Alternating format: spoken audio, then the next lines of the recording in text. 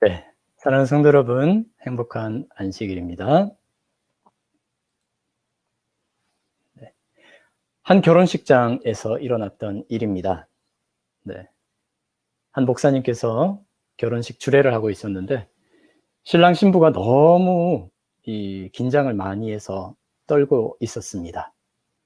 너무나 이렇게 긴장되어 떨고 있는 우리 특별히 신부를 위해서 목사님이 재치를 발휘해서 이 신부를 좀 안정시켜 줘야겠구나 라고 생각해서 주례를 하면서 성경절 하나를 읽어주려 했습니다. 요한일서 4장 18절에 있는 성경 말씀을 읽어주고 싶었습니다. 사랑 안에 두려움이 없고 온전한 사랑이 두려움을 내어 쫓나니. 그런데 이 목사님이 그만 요한일서 4장 18절을 읽어줘야 하는데 이 요한일서에서 일자를 빼뜨리고 그만 요한복음 4장 18절을 읽어버리고 말았습니다. 네. 한 글자 차이인데요. 네, 보니까 요한복음 4장 18절에는 이렇게 기록되어 있습니다. 네가 남편 5이 있었으나 지금 있는 자는 내 남편이 아니니 내 말이 참되도다. 아이고, 우리 목사님이 실수를 하는 바람에 틀린 성경절, 지난주에 배웠죠? 틀린 성경절이 아니라 다른 성경절을 읽어버리고 만 것입니다. 네. 오늘은 바로 이 요한복음 4장 18절에 있는 이 주인공에 대해서 우리가 한번 알아보도록 하겠습니다. 오늘은 요한복음 4장에 있는 말씀입니다. 저희가 매달 첫 안식일에는 요한복음에 있는 말씀을 저희가 지금 살펴보고 있는데요. 오늘은 4장에 있는 내용으로서 제목은 사마리아 여인 구원 작전입니다. 다 함께 요한복음 4장에 있는 말씀 읽어보겠습니다. 3절부터 7절에 있는 말씀 함께 읽어보도록 하겠습니다. 3절 4절입니다. 유다를 떠나사 다시 갈릴리로 가실새 사마리아를 통과하여야 하겠는지라. 6절입니다. 5절 6절입니다. 사마리아에 있는 수가라 하는 동네에 이르시니 야곱이 그 아들 요셉에게 준 땅이 가깝고 거기 또 야곱의 우물이 있더라. 예수께서 길 가시다가 피곤하여 우물 곁에 그대로 앉으시니 때가 6시쯤 되었더라. 7절입니다. 사마리아 여자 한 사람이 물을 기르러 왔음에 예수께서 물을 좀 달라 하시니. 우리가 너무나도 잘 아는 이 사마리아 여인에 대한 이야기입니다. 저희가 오늘 좀 예배를 좀 늦게 시작했지만요. 우리가 조금 약간 빠르게 진행하도록 하겠습니다. 하지만 우리가 한번 말씀 한 구절 한 구절을 좀 살펴보도록 하겠습니다. 3절부터 다시 한번 보도록 하겠습니다. 예수님께서 하루는 유대를 떠나서 갈릴리로 가기를 원하셨습니다. 그런데 여기 보니까 4절에 보니까 갈릴리로 가기 위해서 사마리아를 통과하여야 하겠는지라라고 되어 있습니다. 유대를 가는데 사마리아를 통과해야 된다라고 하는 거죠. 한번 지도를 한번 보도록 하겠습니다. 지도를 보시면 유대는 이렇게 가장 남부 쪽에 위치하고 있고요. 갈릴리는 저기 북쪽에 위치하고 있습니다. 그래서 이 유대로부터 갈릴리로 가기 위해서는 당연히 어디를 거쳐 가야 됩니까? 맞습니다. 사마리아를 거쳐 가게 되어 있습니다. 이렇게 유대에서 사마리아를 거쳐서 갈릴리로 갈 때에는 약 3일이 걸린다고 합니다. 그런데 여러분들이 잘 아시는 것처럼 유대인과 사마리아인들의 관계는 좋지 않았습니다. 서로 앙숙관계였습니다. 특별히 사마리아인들을 우리 유대인들은요, 이렇게 정말 부정하게 생각하고, 개처럼 생각하고, 그렇게 했던 거예요. 그래서 유대인들은 웬만해서는 이 유대에서 갈릴리로 갈 때에 사마리아를 거쳐가지 않고 요단강 동편으로 이렇게 삥 둘러서 가게 되었습니다. 사마리아를 거쳐서 가면 3일밖에 되지 않지만 이렇게 삥 둘러서 가게 되면 2배가 되는 6일이 걸렸다고 합니다. 웬만큼 이 축제를 참석할 때를 제외하고는요, 그때만 예외적으로 사마리아를 거쳐갔지, 그 외에는 유대인들은 절대로 갈릴리를 갈 때에 사마리아를 거쳐가지 않았습니다. 왜 그랬을까요? 왜 이런 앙숙관계가 시작되었을까요? 저희가 잠깐 좀 살펴보도록 하겠습니다.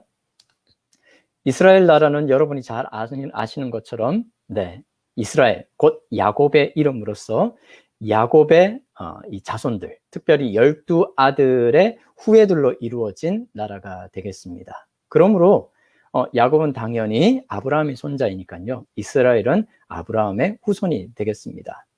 방금 말씀드린 것처럼 야곱의 12아들, 그 아들들의 후예들을 나중에 우리는 12지파라고 이야기합니다. 그래서 이스라엘은 12지파로 이렇게 구성되어 있는 한 나라입니다. 그런데 이렇게 한 나라를 쭉 이어오다가, 네, 다윗의 아들 솔로몬이 죽은 이후에 그 아들 르호보암 시대에 이스라엘은 남과 북으로 갈라지게 됩니다. 이 북방 이스라엘이라고 우리가 이야기를 하죠. 왜 그러냐면 바로 남과 북으로 이루어졌을 때에, 네, 이스라엘 12지파의 10개의 지파가 이 북방 이스라엘을 구성하게 됩니다. 그리고 남은 2지파, 바로 유대와 베냐민 지파가 이제 남쪽에 위치하게 되는데, 유대와 베냐민, 그래서 우리는 남방 유다라고 일컫고 있습니다.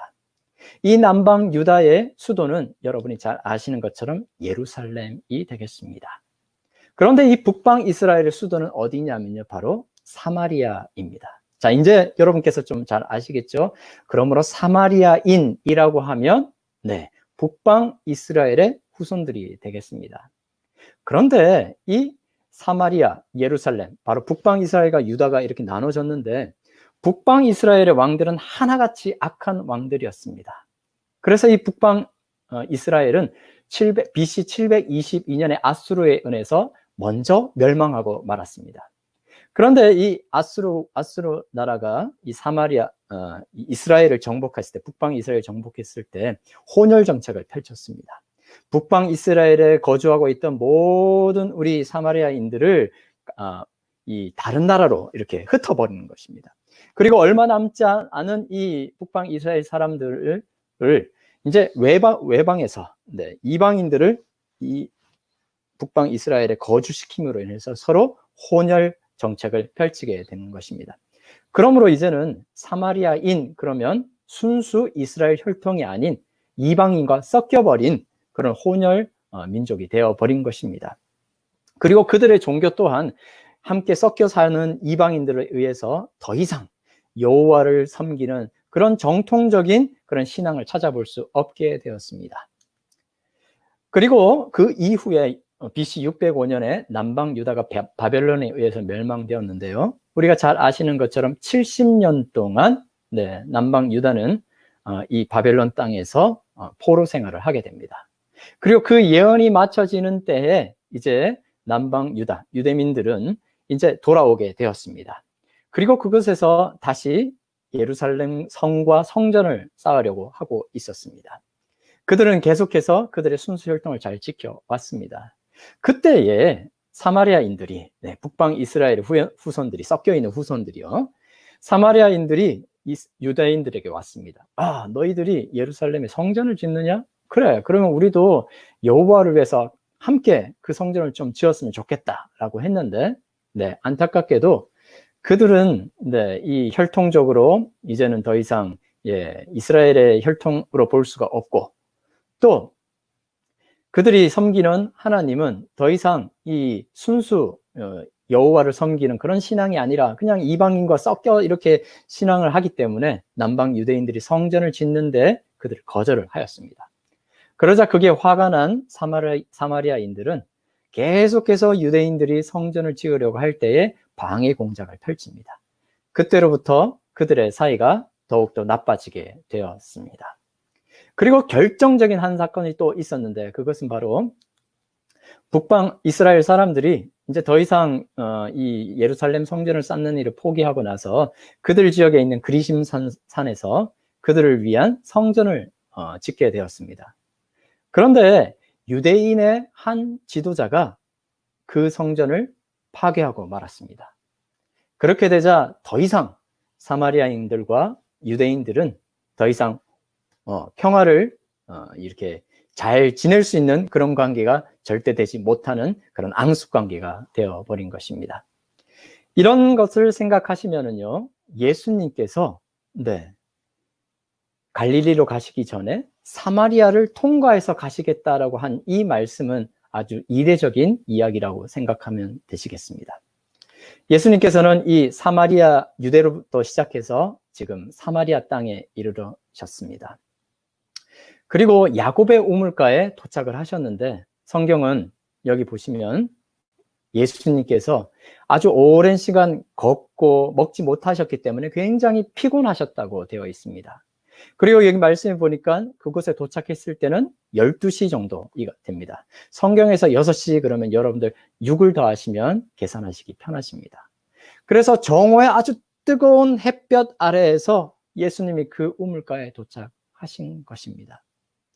여러분들 이 12시라는 생각을 들으니까 어제 우리 기도에 생각나시죠? 네, 우리가 정오의 기도를 하기로 했습니다. 여러분들 꼭 기억하시고 내일부터 시작하는 천일 기도운동 정오의 기도에 여러분들 꼭 참석하시길 바랍니다. 예수님께서 우물가에 도착하셨을 때에 굉장히 목이 타셨습니다. 아주 흥미롭게도 예수님이 십자가에 달려 돌아가셔서 하셨던 7개의 가상칠언이라고 하죠. 말씀 중에 예수님께서 내가 목마르다라고 하셨던 그 시간 또한 정오 12시가 되겠습니다. 그러므로 우리가 12시에 가란 심령으로 우리 예수님께 가까이 가서 기도하는 일이 좀 있어야겠습니다. 다시 한번 지도를 좀 보도록 하겠습니다. 자, 이제 여러분께서 한번 이제 지금까지 말씀드렸던 것들을 정리를 하면서 생각을 한번 해보겠습니다. 자, 예수님께서 유대를 출발하셔서 지금 사마리아에 다다르셨습니다. 사마리아의 수가라는 마을에 도착하셨는데 이때 도착한 시간은 언제였다고요? 네, 정오 12시 정도가 되었습니다. 예수님께서 이 유대로부터 지금 수가라는 마을에 도착하셨는데 이 거리는 약 30km 정도가 됩니다. 1시간에 보통 4km 정도를 걷지 않습니까? 그렇다면 예수님께서는 약 한 8시간 정도를 걸으셔야만 했습니다. 자, 그러면 예수님께서 몇 시에 출발하셨다라는 추측을 여러분 하실 수 있겠습니까? 네, 그렇습니다. 12시 정오에 도착하셨으니까 예수님은 바로 새벽 4시 정도에 출발하셨다라고 생각하면 되겠습니다. 중간에 쉬셨다라는 생각을 해본다면 어쩌면 4시 이전에 출발하셨을지도 모르겠습니다. 그런데 여러분 요즘 우리 미네소타도 해가 뜨고 8시만 되면 어떻습니까? 아주 덥지 않습니까? 그렇습니다. 이 이스라엘 땅, 햇볕이 아주 뜨거운 이 지역은 여러분이 생각하시는 것처럼 해가 뜨기 시작하면서 굉장히 더운 지역이 되겠습니다. 그러므로 예수님께서 지금 8시간 이상을 아무것도 드시지 못한 채로 이 길을 걸어 오셨다면 참으로 예수님께서는 이 야곱의 우물가에 도착하셨을 때 그 육신은 너무나도 지치고 피곤하고 배고프고 그리고 목마르셨을 것이라는 것을 우리가 충분히 생각해 볼 수 있겠습니다. 자, 요 이야기를 한번 우리 마지막에 대해서 제가 다시 한번 설명을 해드리도록 하겠습니다. 그래서 예수님께서는 그곳에서 12시에 한 여인을 만나셨습니다. 그 여인은 바로 사마리아 여인으로서 물을 기르러 왔습니다. 예수님께서 그녀에게 말씀하셨습니다. 나에게 물을 좀 달라. 그런데 여러분들 지금 이 여인이 12시에 물을 기르러 온 것 여러분이 잘 아시는 것처럼 이것은 이례적인 일이었습니다. 보통 여인들은요 물을 기를 때 해가 뜨기 전이라든지 해가 질 즈음 돼서 시원할 시간이 되면 그때 같지만 이 여인은 바로 정오의 가장 햇볕이 뜨거운 시간에 그 우물을 찾았다는 것은 그 여인의 사회생활에 좀 약간 문제가 있었다는 것을 우리는 알 수 있습니다. 뒤쪽에 나오니까 계속해서 이어가도록 하겠습니다.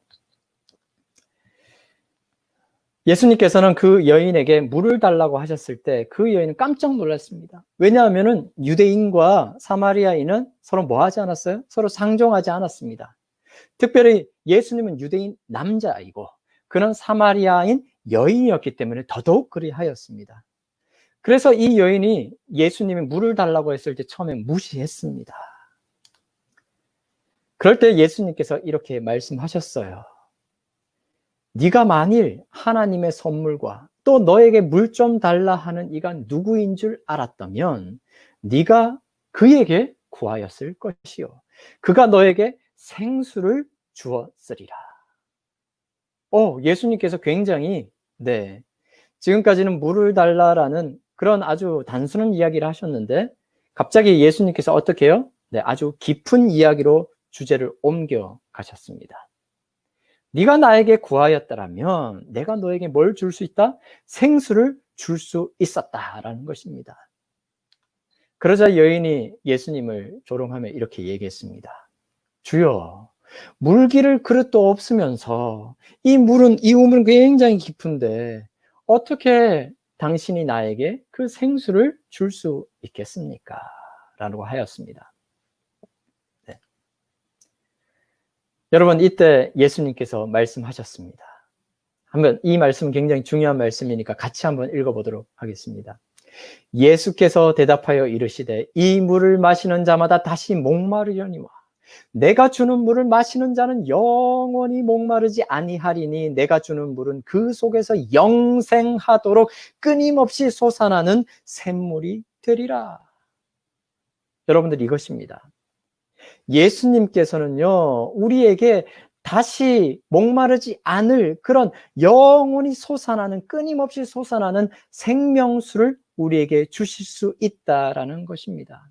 여러분들, 세상이 주는 물은 여기 보시는 말씀에 보시는 것처럼 다시 목마를 수밖에 없습니다. 세상이 주는 물은 무엇입니까? 그것은 바로 요한 1서 2장 18절에 이렇게 기록합니다. 이는 세상에 있는 모든 것이 육신의 정욕과 안목의 정욕과 이생의 자랑이니 다 아버지께로부터 온 것이 아니요 어디로부터 왔다고요? 세상으로부터 온 것이라는 것입니다.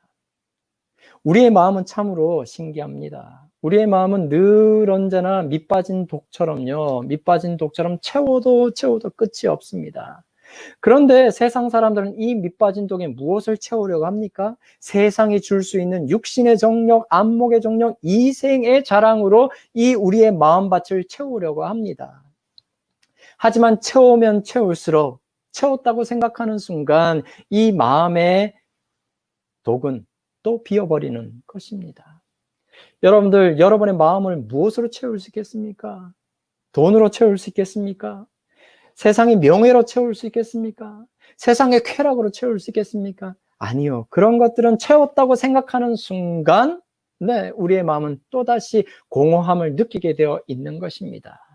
그러므로 예수님께서 말씀하시는 것처럼 예수님이 주시는 그 물, 영원히 목마르지 않은 그 영생의 생수만이 우리 죄인의 마음을 채워줄 수 있다는 것입니다.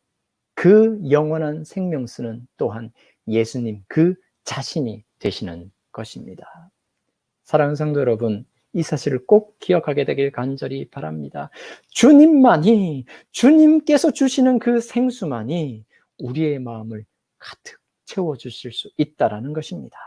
오늘 교과 공부 시간에 우리 장로님께서 이렇게 말씀하셨네요.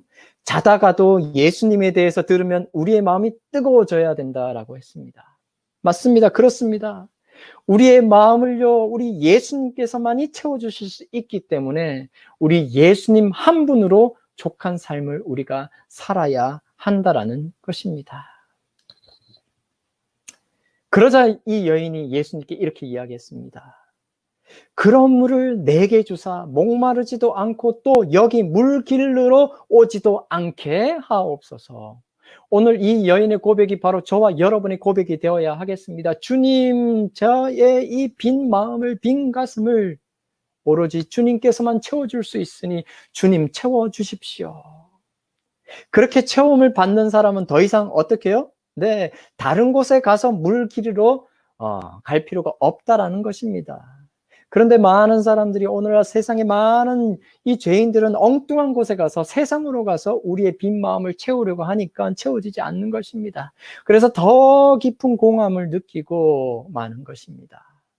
사랑하는 성도 여러분, 예수님만이 우리의 빈 가슴을 채워줄 수 있다는 것을 꼭 기억하게 되길 간절히 바랍니다.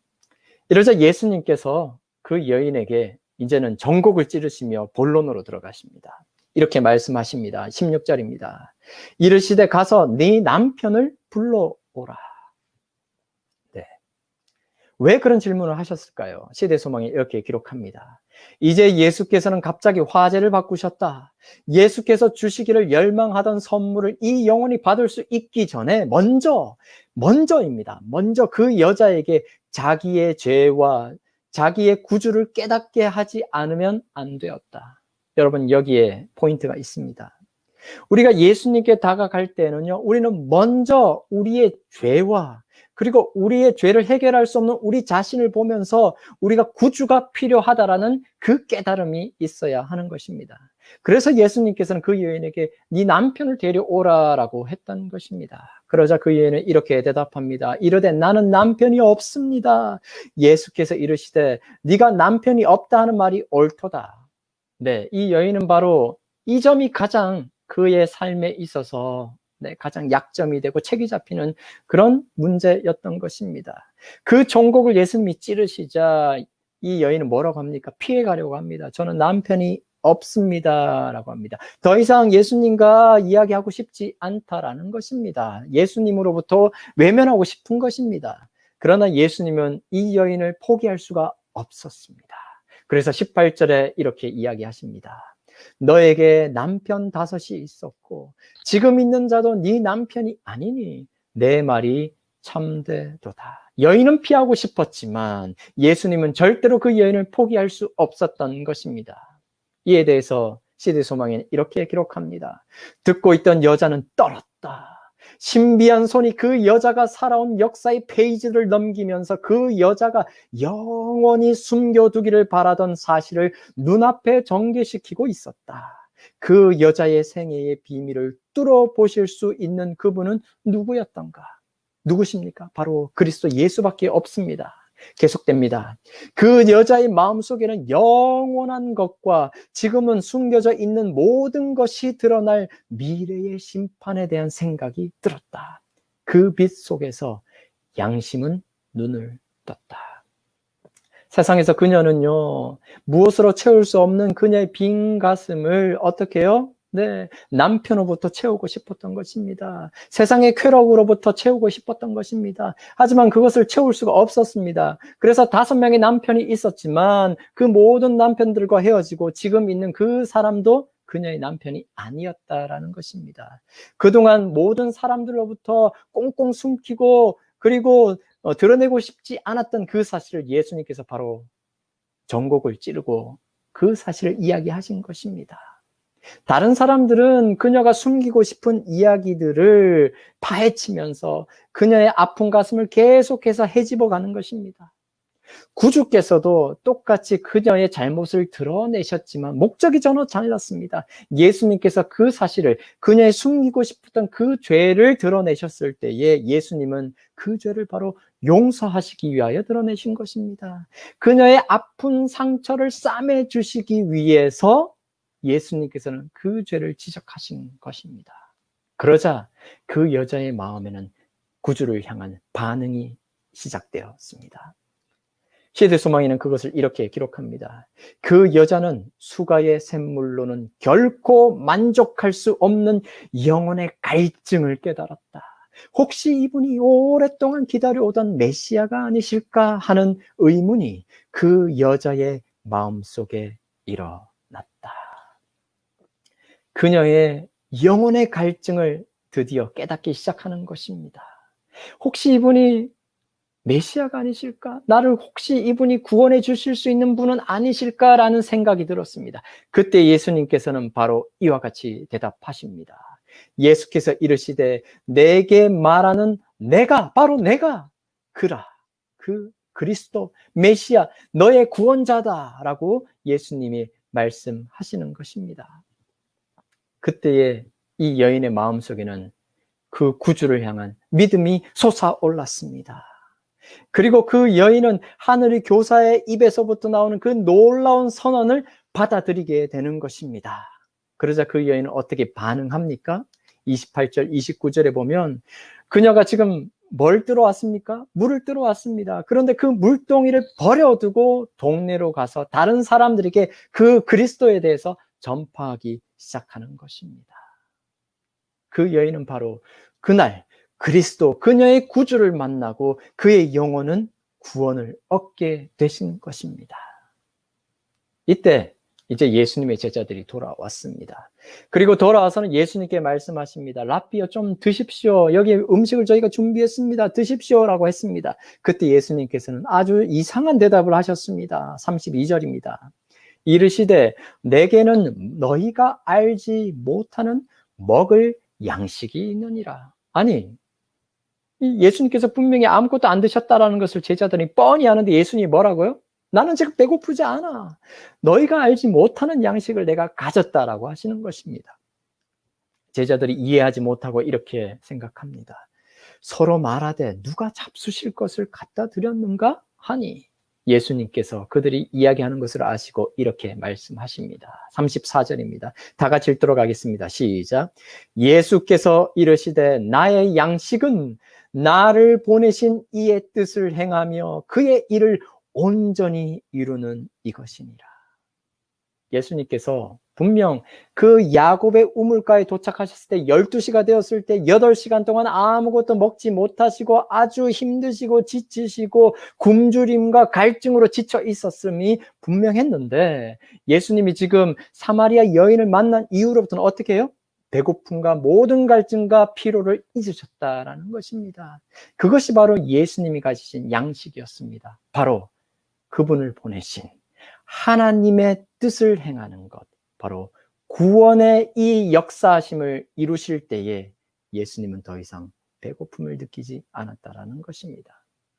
그것이 바로 예수님이 세상이 알지 못하는 가지신 그 양식이 되는 것입니다. 여러분, 제가 이 한국에 갔더니 한국에도 참 이상한 양식이 있습니다. 먹지 않아도 배고픔을 느끼지 못하는 그런 이상한 그런 양식이 있습니다. 보니까요, 부모들이 그렇습니다. 부모들이 자식을 쳐다보기만 해도 어떻습니까? 먹지 않아도 기분 좋아요. 배부릅니다. 그래서 자기는 먹지 않고 누구를 계속해서 먹이려고요? 자녀에게 먹이려고 그럽니다. 그 아이들이 먹는 것만 봐도 배부른 거죠. 보고만 있어도요. 그리고 젊은이들을 보니까요, 학생들이 요즘, 한국에는 이 게임방이라고 있습니다. PC방이라고도 하는데요. 거기에 수많은 이 젊은 친구들이 거기서 게임을 하느라고 정신이 하나도 없습니다. 거기서 식사도 제대로 못합니다. 밤을 새워서 게임을 합니다. 컵라면 조금씩 먹으면서 그들의 배고픔을 달래면서 밤새워 게임을 합니다. 배고픔을 잊은 채. 그들에게는 그것이 그들의 양식이 되는 것입니다. 사랑하는 성도 여러분, 오늘 여러분의 양식은 무엇입니까? 밥을 먹지 않아도 배부르게 하는 여러분의 양식은 무엇입니까? 우리 구주 예수님이 바로 그 양식이 되었으면 참 좋겠습니다. 예수님 한 분이면 배부른 삶, 만족하는 삶, 그분이 바로 우리의 양식이 되었으면 좋겠습니다. 예수님처럼 다른 사람들을 구원할 때에, 하나님의 뜻을 이룰 때에 세상의 모든 부족함을 잊고 배부름을 느끼는 것, 그것이 우리의 양식이 되었으면 좋겠습니다. 그 여인도 바로 그 양식을 깨달은 것이에요. 그렇기 때문에 12시에 물을 길러 왔지만 물동이를 어떻게 해요? 버려둔 채로, 빈 물동이를 그냥 그 자리에 둔 채로 목마름도 잊고 그런 그 마을로 돌아간 것입니다. 여러분, 이런 양식이 오늘 우리 교회에 늘 언제나 풍족했으면 좋겠습니다. 아멘입니까? 자, 제가 아까 지도를 보여드렸죠. 이 지도를 다시 한번 좀 살펴보도록 하겠습니다. 예수님께서 지금 유대로부터 갈릴리로 가고 계셨습니다. 그런데 사마리아를 거쳐 가시겠다라고 하셨습니다. 사실 여러분이 잘 아시는 것처럼 유대인은 어떻게 해요? 사마리아를 거쳐 가지 않았습니다. 하지만 예수님께서는 그 사마리아를 의도적으로 거쳐 가셨습니다. 아까 제가 이렇게 설명을 해드렸습니다. 예수님이 그 사마리아 수가라는 마을에 도착하셨을 때는 정오의 시간이었습니다. 그 거리는 30km였습니다.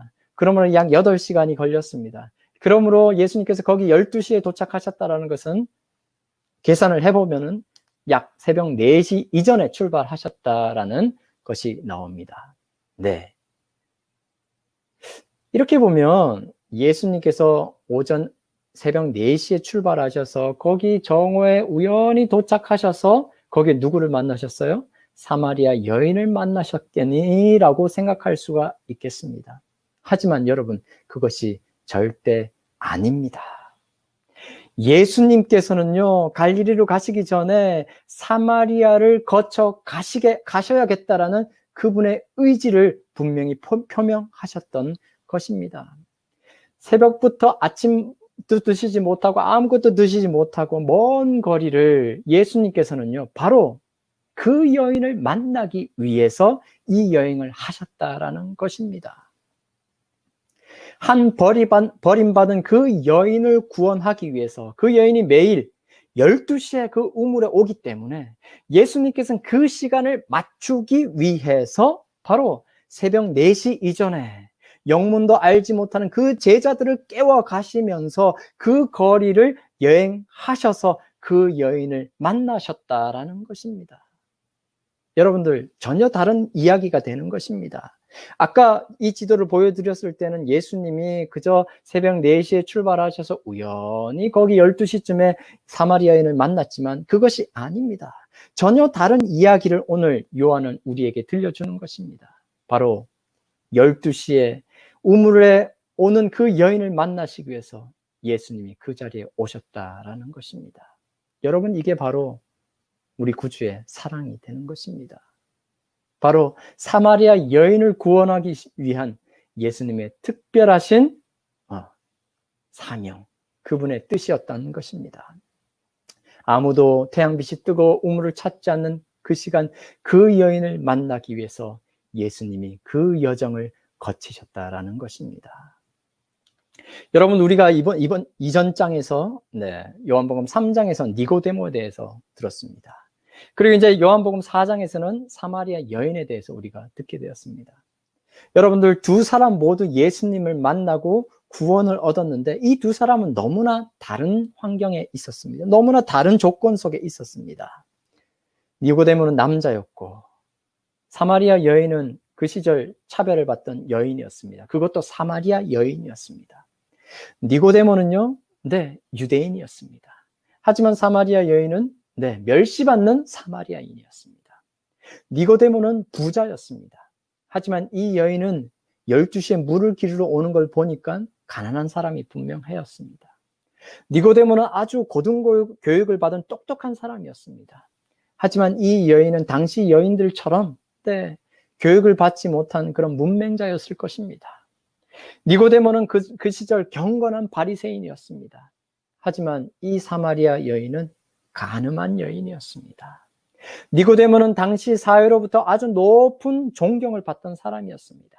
하지만 이 사마리아 여인은 사마리아인조차도 멸시를 하는 그런 여인이었습니다. 이 니고데모는 그 이름처럼, 정복자라는 이름처럼 아주 명성이 있는 그런 사람이었습니다. 하지만 이 사마리아 여인은 우리가 그녀의 이름을 모르는 것처럼 이름도 알려지지 않은 그런 볼품없는 한 여인이었습니다. 그런데 여러분, 기억하십시오. 이 니고데모는 그 자신 스스로 자신의 발로 예수님을 찾아왔지만 예수님은 이 보잘것없는 한 여인을 구원하기 위해서 바로 그 시간 그곳에 도착하셨다라는 것입니다. 예수님이 누구십니까? 온 우주의 왕께서, 온 우주의 하나님께서 그 볼품없는 버림받는 그 여인을 찾아오셨다라는 것입니다. 여러분, 이건 너무 투머치하지 않습니까? 너무 큰 낭비 같지 않습니까? 그렇지 않습니다. 여러분, 제가 이 작년에 이전 사역지에서 청년들과 함께 해외 봉사대를 갔다 오는 그런 경험을 하게 되었습니다. 이 해외 봉사대를 이 팔라우라는 나라로 가게 되었습니다. 여러분, 사진에 보시는 것처럼 이 봉사대원은 40여 명이 넘습니다. 그리고 이 봉사대에 참여한 의사만 해도 3명이나 됩니다. 여러분, 한번 생각해 보십시오. 40여 명이 네, 이곳에 가서 해외 봉사대를 한다. 어마어마한 그런 행사입니다. 경비만 해도요, 40여 명이 그냥 왔다 갔다 하는 그 경비만 해도 수천만 원이 듭니다. 그리고 그곳에서 체류하는 비용, 그리고 이 봉사대를 준비하기 위해서 그동안 이 긴 시간 동안 준비하였던 그들의 수고, 그리고 그들의 노력, 그리고 물품들, 그리고 그런 것들을 준비하기 위해서 들었던 비용들을 생각한다면 참으로 이 봉사대는 어마어마한 규모의 봉사대였습니다. 그런데 이 봉사대가 끝나면서 마지막 침례식이 있었습니다. 여러분, 이 침례식 때 몇 명이 침례를 받게 되는지 아십니까? 여기 사진에 보시는 한 외국인이 보이시죠? 중간에. 네. 이 현지인 한 명과 거기 바로 뒤에 있는 봉사대원 중에 한 명이 침례를 받았습니다. 그러니까 그 현지에서는 단 몇 명밖에 침례를 못 받은 거예요? 한 명밖에 침례를 못 받은 것입니다. 수천만 원의 비용을 들이고 수개월 동안 이 봉사대를 위해 준비하였는데 몇 명의 영혼만 거둘 수 있었다고요? 한 명의 영혼만을 거둘 수 있었던 것입니다. 여러분, 이렇게 생각하면 그들이 썼던 그 비용과 수고와 노력이 너무 과하다고 생각되지 않으십니까? 그런데 여러분, 우리가 한 영혼의 가치를 생각한다면요, 그 봉사들은 전혀 너무 과한 봉사대가 아니었던 것을 우리가 알 수 있는 것입니다. 실물교는 이렇게 기록됩니다. 한 영혼의 가치를 누가 능히 평가할 수 있겠는가? 만일 그대가 그 가치를 알고자 하면 겟세마네 동산으로 가서 거기서 그리스도께서 핏방울과 같은 땀을 흘리시면서 몹시 고민하시는 그분을 주목하여 보라. 십자가에 달리신 구주를 바라보라. 나의 하나님, 나의 하나님, 어찌하여 나를 버리셨나이까 하는 낭망의 부르짖음을 들어보라. 한 명의 죄인을 위해서라도, 한 명의 죄인을 위해서라도 그리스도께서 당신의 목숨을 버리셨을 것이라는 사실을 기억하면서 십자가에 가까이 나아간다면 거기서 그대는 한 영혼의 가치를 평가할 수 있을 것이다. 여기에 바로 한 영혼의 가치를 평가할 수 있는 기준을 볼 수 있는 것입니다. 그 가치가 있었기 때문에 그 사마리아 여인, 그 여인에게도 이러한 값어치가 있었기 때문에 바로 구주께서는 그날 이 여인에게 찾아오셨다라는 것입니다. 그 주님이 바로 저와 여러분에게도 찾아오시는 하나님이십니다. 아멘입니까? 제가 종종 보는 동영상이 있습니다. 종종 설교 시간에 보여드리는 동영상이 있습니다. 제가 지난번에도 보여드렸는데 이건 보고 또 봐도 질리지가 않습니다. 너무나 새롭고 좋습니다. 엄청난 광활한 우주가 있습니다. 여기에 지구는 보이지도 않습니다. 먼지보다도 작은 아무것도 아닌 것 같은 무의 존재와 같은 그런 지구입니다. 그런데 우리 예수님께서 온 우주를 만드신 창조주께서 이 지구에 찾아오셨습니다. 누구를 위해서요? 바로 저와 여러분을 위해서입니다. 그리고 그 아무것도 아닌 이 죄인인 저와 여러분을 구원하기 위해서 예수님께서 바로 십자가에 달려 돌아가셨다라는 것입니다. 그 이유 때문에 우리 주님께서는 그 여인에게 찾아오셨습니다. 한 영혼의 가치, 그 하나님의 사랑에 여러분들 반응하게 되길 간절히 바랍니다. 그 사랑을 우리가 거절하지 않게 되길 간절히 바랍니다. 그 사랑을 우리 마음속에 깊이 품게 되길 간절히 바랍니다. 세상이 줄 수 없는 그 어떤 것들로도 채울 수 없는 우리의 빈 가슴을 바로 그 사랑만이 채울 수 있다는 것을 여러분 간절히 기억하게 되길 바랍니다. 여러분들 이제 그 사랑을 알았다면 그 여인처럼요, 오늘 우리도 이 사랑을 다른 사람들에게 나눠줄 줄 아는 귀한 삶 살게 되길 간절히 바랍니다. 오늘도 찾아오시는 그 예수님 꼭 만나게 되길 간절히 바라며 오늘 말씀을 마치도록 하겠습니다.